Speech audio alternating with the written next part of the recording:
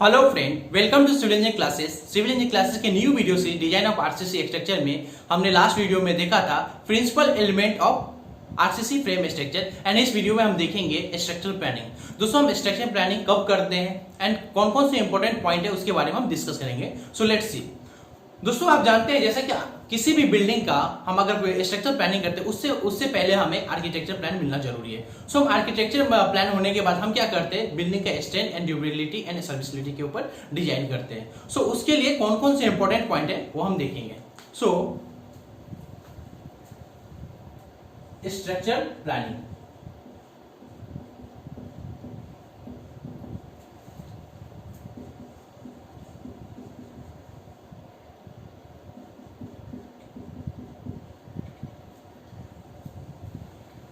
दोस्तों structure planning का सबसे मोस्ट इंपॉर्टेंट थिंग क्या है। स्ट्रक्चर प्लानिंग जब भी हम क्या करते हैं, स्ट्रक्चर प्लानिंग करते हैं, सब आपको एक आर्किटेक्चर जो है किसी भी बिल्डिंग का आपको प्लान, एलिवेशन, सेक्शन आपको बना के देते हैं। वो अपने एक एस्थेटिक लुक के हिसाब से आपको देते हैं। सो स्ट्रक्चर प्लानिंग में क्या होता है, हम वहां पे क्या करते हैं, हम ये column, beam, staircase and footing, ये सब का पोजिशनिंग एंड क्या बोलते हैं, हम कितने लोड होंगे उसके हिसाब से हम डिजाइन करते हैं।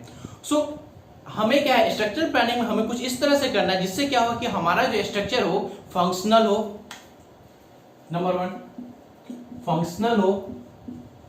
मतलब अभी आर्किटेक्चर आपको मान लीजिए किसी बिल्डिंग में आपको 20 ये मल्टी स्टोरी बिल्डिंग है जिसमें आपको 20 पार्किंग है, 20 फ्लैट है, 20 पार्किंग है। ओके, सो आपको 20 फ्लैट का बिल्डिंग है जिसमें आपको 20 पार्किंग दिया हुआ है, आर्किटेक्चर प्लान के हिसाब से ही है। बट जब आप आरसीसी डिजाइनिंग के बाद आपको जब देखते हैं वहां पे आपको 10 पार्किंग मिलते हैं।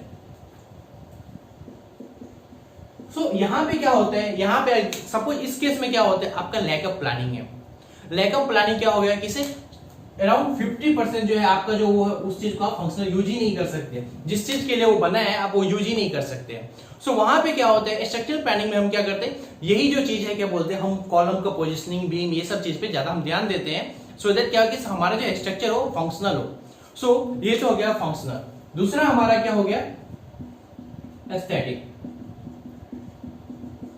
एस्थेटिक हो गया, दैट मीन्स क्या हो गया कि अगर आप जो डिजाइनिंग कर रहे हैं जिसके कारण क्या हो रहा है कि आपको कोई व्यू ना रोको, व्यू नहीं रुक रहा है एंड क्या आपका जो स्ट्रक्चर है जिस हिसाब से आर्किटेक्चर ने डिजाइन किया है एस्थेटिक के लुक के हिसाब से, आपका स्ट्रक्चर प्लानिंग के बाद भी आपका जो डिजाइन है वैसा ही होना चाहिए।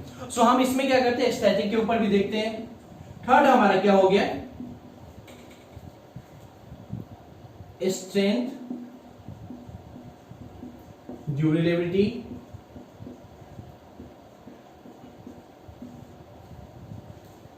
थर्ड जो हमारा पॉइंट है, हम किसी भी बिल्डिंग का हम स्ट्रेंथ भी देखते हैं। हम प्लानिंग में जो क्या करते हैं, जब हम प्लानिंग करते हैं, प्लानिंग के बाद हम उसका स्ट्रेंथ भी चेक करते हैं एंड उसके बाद जो क्या है हमारा वो बिल्डिंग कितने मतलब कितना ड्यूरेबल होगा उस चीज पे हम फोकस करते हैं।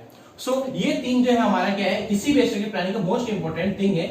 यहाँ पे फंक्शनल होना चाहिए, एस्थेटिक होना चाहिए, स्ट्रेंथ एंड ड्यूरेबिलिटी, मतलब इस चीज के लिए हम जो करते हैं। सो कौन कौन से पॉइंट है जो स्ट्रक्चर प्लानिंग में आएंगे वो हम देखते हैं।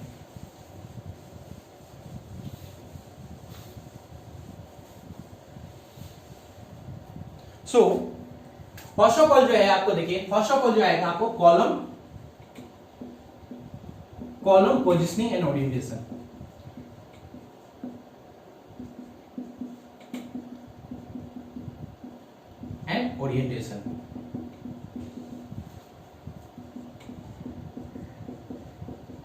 सो जब भी आपको आर्किटेक्चर प्लान मिलता है तो आप फर्स्ट ऑफ ऑल जो करेंगे उसमें क्या होगा, आपका कॉलम पोजिशनिंग एंड ओरिएंटेशन, मतलब आप कॉलम कहां पे, आप वहां भी कॉलम कहां पे आप फिट करेंगे एंड उसके बाद क्या होगा, कॉलम के बाद उसको ओरिएंटेशन आप कैसे रखेंगे। सो ये जो चीज है ना मोस्ट इंपॉर्टेंट थिंग है, बिकॉज ज्यादातर जो है क्या बोलते हैं, कॉलम जो है वो बीम को सपोर्ट के लिए, बीम और वॉल को सपोर्ट के लिए होते हैं। सो सपोज मैं आपको जैसे एक एग्जांपल देता हूं।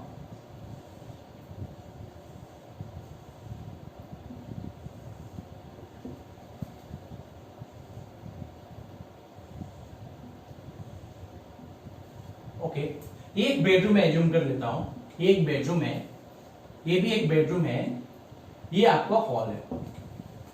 सो एक लेआउट मैंने बनाया है, जैसे एक लेआउट बनाया हूं यहाँ पे, ये एक मैंने बेडरूम एज्यूम कर लिया, ये भी बेडरूम, एक हॉल एज्यूम कर लिया हूं। टॉयलेट आप मान लीजिए इधर कहीं है आपका टॉयलेट। ओके, सो दोस्तों ये जो हमारा एक्सटर्नल वॉल है ये हमारा 23 सेंटीमीटर विड्थ का हो जाएगा। एक्सटर्नल वॉल जो हम करेंगे वो 23 सेंटीमीटर विड्थ का हो जाएगा।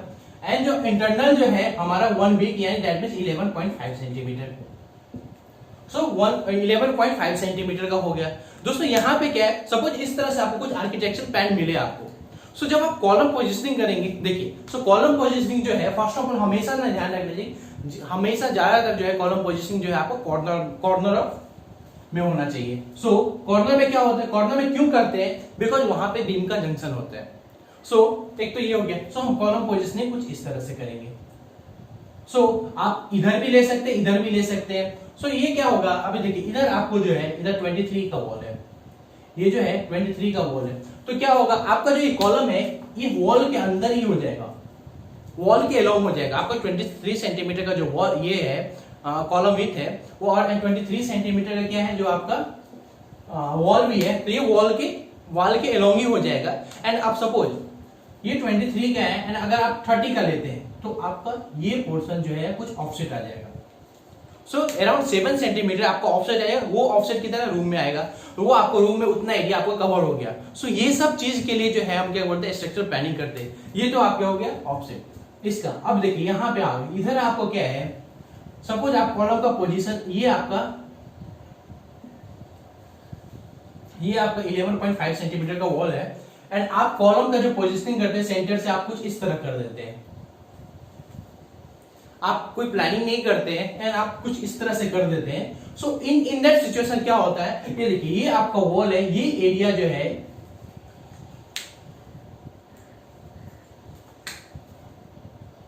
जो है आपका दोनों बेडरूम का ये एरिया जो है आपका फ्लोर एरिया इसने कवर कर लिया।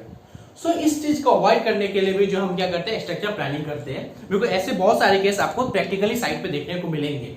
सो जहां ये भी एक और चीज है दोस्तों, समटाइम क्या होता है कि कुछ ऐसे प्लेस होते हैं जहां पे पॉसिबल नहीं होता है कॉलम को ओरिएंटेशन करना, तो उस सिचुएशन में हमें लेना भी पड़ता है। बट ज्यादातर चीज जो है ये सब चीज हम अवॉइड कर सकते हैं। सो स्ट्रक्चर प्लानिंग के लिए हमें जो है ये चीज जो है मोस्ट इंपोर्टेंट थिंग है कॉलम पोजिशनिंग एंड ओरिएंटेशन।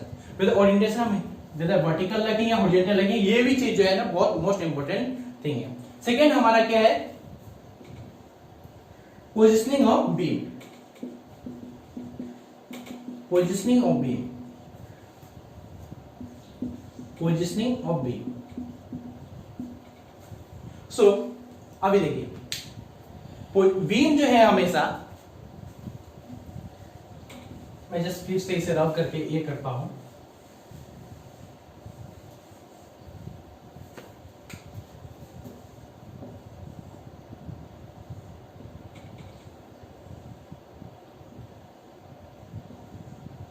दोस्तों बीम पोजिशनिंग ऑफ बीम जो हम ज्यादातर प्रोवाइड करते हैं वॉल का लोड लेने के लिए हम प्रोवाइड करते हैं। वॉल लोड को हम ये करने के लिए, वॉल को सपोर्ट करने के लिए हम बीम प्रोवाइड करते हैं। सो देखिए पोजिशनिंग ऑफ बीम भी आपको मोस्ट इंपोर्टेंट। अभी जैसे यहाँ पे आपका क्या है, यहाँ पे आपका ये बेडरूम और ये बेडरूम जो है, यहाँ ये बेडरूम और ये बेडरूम के दोनों के बीच में आपको पार्टीशन होगा। ओके, यहाँ पे ऑलरेडी जो है आपको 11.5 सेंटीमीटर का वॉल है। सो यहाँ पे हम क्या करेंगे, बीम प्रोवाइड करेंगे। यहाँ पे हम बीम प्रोवाइड करेंगे एंड दिस अलोंग जो है यहाँ पे थ्रू वॉल है, तो यहाँ पे हम बीम प्रोवाइड करेंगे। ये जो है हम बीम प्रोवाइड करेंगे। अब ये हो गया। यहाँ पे देखिए यहाँ पे आपको टॉयलेट है, सो टॉयलेट यहाँ पे भी वॉल है, तो यहाँ पे हम सपोर्ट के लिए बीम प्रोवाइड करेंगे। बट यहाँ पे देखिए हॉल में कोई आपको वॉल नहीं है, हॉल में आपको कोई वॉल नहीं है, तो क्या होगा कि हम जो है यहाँ पे क्या करेंगे, स्लैब का स्पेन ज्यादा रखे, स्पेन ऑफ स्लैब ज्यादा रख के क्या करेंगे, हम वहां पे बीम प्रोवाइड करेंगे। जिससे क्या होगा, आपका जो ये है अपीयरेंस जो है इनसाइड का जो अपीयरेंस है हॉल या रूम का जो होगा वो गुड लुकिंग होगा। बिकॉज जहां यहाँ पे अगर आप बीम प्रोवाइड कर देंगे, सपोज ये आपका सीलिंग है तो कुछ इस तरह से आपको दिखेगा। तो ये प्रॉब्लम क्या होगा, जब आप मान लीजिए अगर आप इंटीरियर वर्क कर रहे हैं, इंटीरियर डिजाइनिंग कर रहे हैं वहां पे रूम का इंटीरियर, सो वहां पे प्रॉब्लम क्या होगा, आपका जो है फॉल सीलिंग ये सब में डिस्टर्बेंस करेगा। सो इस चीज को अवॉइड करने के लिए जो है हम बीम पोजिशनिंग भी आप देखते हैं। सो पोजिशनिंग ऑफ बीम हो गया। थर्ड हमारा हो गया spanning of slab. Spanning of slab, spanning of slab. अब देखिए यहाँ पे ये जो हमारा बीम है, यहाँ पे बीम है, तो ये पोर्शन हमारा क्या है, ये स्लैब हो गया एंड ये पोर्शन स्लैब हो गया। ओके, सो अगर हम ज्यादा अगर क्या मान लीजिए किसी यहाँ बीम हटाएंगे, हम डायरेक्ट ले लेंगे, सो आपको क्या होगा वहां पे क्या होगा, उस समय क्या होगा, आपको जो स्लैब का जो है थिकनेस बढ़ाना पड़ेगा और उसका सेल्फ वेट ही ज्यादा हो जाएगा। सो हम क्या करते हैं, ये स्लैब का स्पेनिंग भी हम देखते हैं इसमें स्ट्रक्चरल प्लानिंग में, स्लैब का स्पेनिंग हम कितना कर सकते हैं। सो वो भी जो है हमारा एक इंपॉर्टेंट टर्म है स्ट्रक्चरल प्लानिंग है। फोर्थ हमारा हो गया लेआउट ऑफ स्टेयरकेस।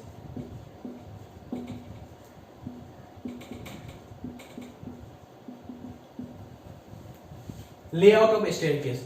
दोस्तों स्ट्रक्चरल प्लानिंग में स्टेयरकेस का लेआउट भी बहुत इंपॉर्टेंट है, बिकॉज वहां पे हमें क्या करना है, हम जो डिजाइन करेंगे स्टेयरकेस, वहां पे हमें राइजर का कितना हाइट होना स्टैंडर्ड हाइट होना चाहिए, एंड जो हमारा ट्रेड है उसका कितना लेंथ होना चाहिए, एज पर जो है हमारा स्टैंडर्ड उसके साथ फिट होता है। सो लेआउट ऑफ स्टेयरकेस भी जब हम कभी बिल्डिंग का डिजाइन करते हैं ना, तो वो हमें देखना पड़ता है।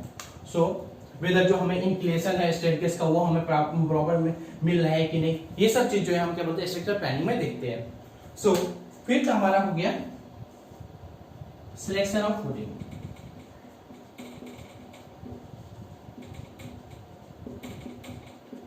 Selection of footing.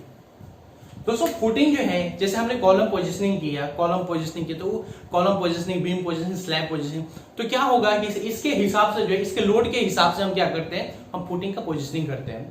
हम कौन सा फुटिंग वहां, इनके लोड के हिसाब से हम सिलेक्ट करते हैं कि कौन सा फुटिंग हम वहां पे प्रोवाइड करेंगे जो फुल स्ट्रक्चर का लोड जो है सॉइल को ट्रांसफर कर सके। सो ये सब चीज जो है हम स्ट्रक्चर प्लानिंग में करते हैं।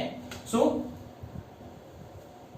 स्ट्रक्चर प्लानिंग के अंदर जो है आपका ये जो 4-5 पॉइंट हो गया, जैसे कॉलम पोजिशनिंग हो गया, ये हो गया पोजिशनिंग ऑफ बीम हो गया, spanning of slab, layout of staircase and selection of footing, ये कुछ इंपॉर्टेंट पॉइंट था। एंड सो दोस्तों आज के वीडियो में इतना ही। आई थिंक आपको समझ में आया होगा। अगर आपको कुछ डाउट है देन प्लीज नीचे बिलो कमेंट बॉक्स में मेंशन कीजिए, एंड अगर आपको वीडियो पसंद है प्लीज लाइक कीजिए, सब्सक्राइब कीजिए एंड फ्रेंड के साथ शेयर कीजिए। Thank you, have a nice day.